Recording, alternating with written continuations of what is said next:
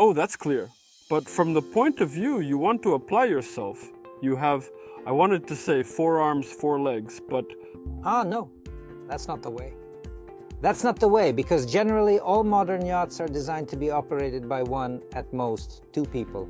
yeah, but wait, aside from operating, are there any other possible directions of activity like, I don't know, perhaps becoming a repairman at some shipyard or possibly somewhere else, or something through which you can accordingly get in while also providing your value in the form of your time, experience, or whatever else, like work, and still end up in this community?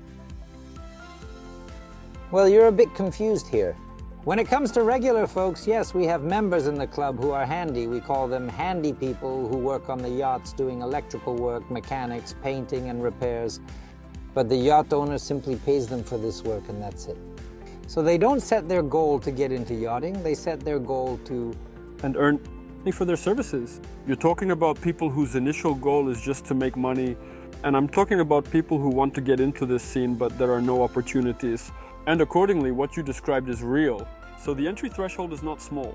And hypothetically, let's say if I take myself, I'm not working anywhere, I'm not getting anything, I can't physically do this. And now the question is, should I just give up or go the route of making money? I'll go make some money, then I'll come back. Well, in my opinion, I believe that's the very threshold that prevents and still maintains the elitism in the sport of yachting. So, is it still a good thing that there's a certain entry threshold? I think so, because it's clear that, well, in the Soviet Union, that was the case, I can say right away. It was only in the Soviet Union. There were free children's clubs where kids would come and adults would take them on yachts and so on and so forth. It's basically the same here. There are children's centers, yes, but that's along the lines of preschool education, like extracurricular education. These schools are funded by the government, but that's for kids. No one funds a school for an 18-year-old fool. As long as you're a student while you're in school, you'll be given a yacht and you'll have a coach paid for by the government. This is how you'll get involved in yachting, and then it all depends on you. So you already have to, if you're interested, earn money and get in there if you haven't made any money. Try a little harder, okay? I don't see any way to get into yachting for now. I understand that on one hand it's a good threshold, in the sense that the people who come are aware, mature, and have seen life and so on. But now, if we look at it from this angle, you say that the community of yacht enthusiasts is quite open, meaning there's no crown on anyone's head, and so on. So you can meet people, socialize, and all that. But if you look at the yachts that are around, it's obvious that there are certain ones that really stand out against the rest. And as a rule, those that stand out are people from 90s. Well, usually, so it's clear that now it's IT, it's a new world, and there are characters who are also kind of moving on to those yachts, but still. And there are some people from the 90s who have similar businesses with the same mentality, the same understanding. And there are regular people where you see regular yachts, motorboats, sailing boats, and so on. So how do these two worlds coexist together? Well, here in Bulgaria, in our club, I would definitely say that all the members are indeed of a certain age, and there isn't absolutely a single IT person among them, I would say. I agree here. I know more about the mentality from the perspective of regular people and those from the 90s because their income level, well, their earnings are quite different. Their savings are very different, right? For some, it's their 10th yacht, while for others, it's their one and only, their beloved yacht, right? So, how do these two worlds communicate with each other, or do they not communicate? Well, let's say that here in Bulgaria, we probably don't have those big shots who have their 10th yacht. For them, it might be their first, maybe their second, but I know a person who had a 3rd yacht. Now, just due to age, he sold it, but still, he had 3 yachts and he sailed them to the Canary Islands and so on. It's a pretty long journey, 2 months long from Bulgaria. We have no difference in mentality and understanding. Maybe it's because we don't have those kinds of people in Bulgaria. We don't have such shifts. Have you seen it in other places? Well, it's just that, again, you can't really see it here, but if you go to Montenegro, in Tivat for example, there are separate pontoons where specific yachts are docked. I agree, but I actually can't comment on this because I live in Bulgaria and we don't have this in Bulgaria. We communicate quite freely and know any owners, from a small motorboat to a big yacht. We're sitting on a 46-foot yacht, which is the largest in our club. Remember, the owner of this yacht, we're sitting here, but he's not. Exactly, we're sitting here, but he's not, haha. Let's say, for example, so this also characterizes it.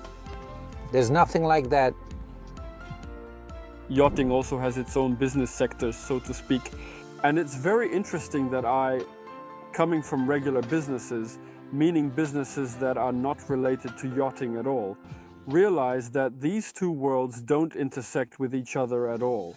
What I mean is, aside from the moment when a businessman comes in the summer, gets on a yacht and goes somewhere, and that's where it all ends, there are usually no other intersections, especially from a business perspective. So people from other fields don't see yachting as a business direction at all. And exactly the opposite is true as well, meaning that people who are into yachting mostly don't know how to do business. And this is such a paradox. On one hand, it seems like there are a sea of opportunities, but on the other hand, it's unclear what to do. So, can you tell me a bit about what business models exist in yachting, how one can make money, what kind of company can be set up, and what it can do? Again, there's almost the same division here as between the marina and their club.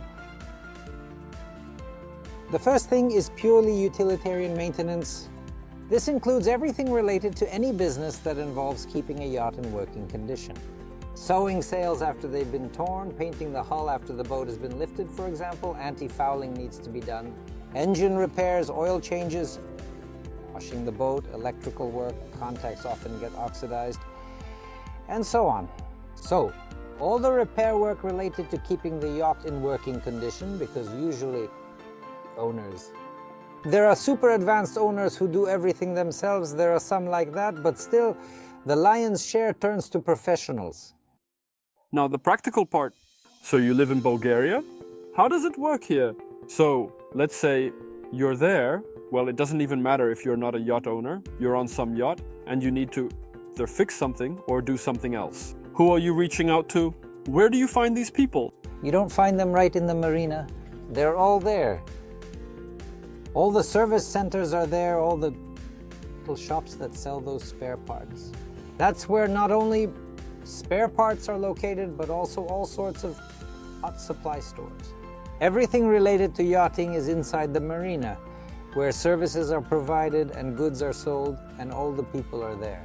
So it's right here. If you look over there, is it somewhere around here? Here, you can't see it from right here, but behind those beautiful big yachts, all the offices are located. Ah, interesting. And on the left side, there are various stores that sell all these things, from brackets to...